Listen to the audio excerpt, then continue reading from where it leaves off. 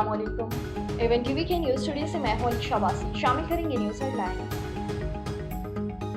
190 million pound reference बानी और अहलिया के खिलाफ फैसला आज फिर मुअख्खर। इख्तिसाब अदालत केस का फैसला 13 जनवरी को सुनाया जाएगा। बानी पीटीआई के वकील नए प्रोसिक्यूटर को आगाह कर दिया गया। रेफरेंस में 35 गवाहों के बयानात कलमबंद किए गए। बानी पीटीआई असली रसीदें दिखाई, रिहाई पाएंगे। एहसन इकबाल की गुफ्तगू। कहा, बानी पीटीआई ने मुल्की खजाने को अपना पैसा समझा है। 50 अरब खा जाएं और आपसे कोई पूछे भी नहीं। उड़ान पाकिस्तान प्रोग्राम हुकूमत नहीं, कौम का मंसूबा है। दहशतगर्दी का मुकाबला करने के लिए मुफाहमत की सियासत नागजीर है।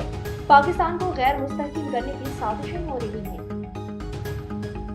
जिला कुरम में सुबह 6 से शाम 6 बजे तक नकलो हरकत पर पाबंदी। पुलिस की जानिब से कर्फ्यू के ऐलानात। इमदादी काफिले को आज फिर रवाना किए जाने का इम्कान। पाराचनार प्रेस क्लब के बाहर जारी धरना मौखर। बगल में धरना जारी। लोगों को जमा करने के लिए ऐलानात। सड़कें 90 रोज भी बंद। आम शहरियों और मरीजों के लिए जिंदगी मुश्किल। डिप्टी कमिश्नर पर फायरिंग करने वाले 2 शरपसंद गिरफ्तार। जिला भर में क्रैकडाउन का फैसला।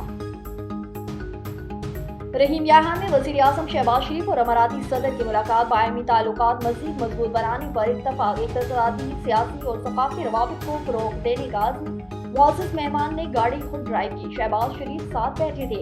वजीर आजम ने पाकिस्तान की तरक्की में यूएई के किरदार को सराहा।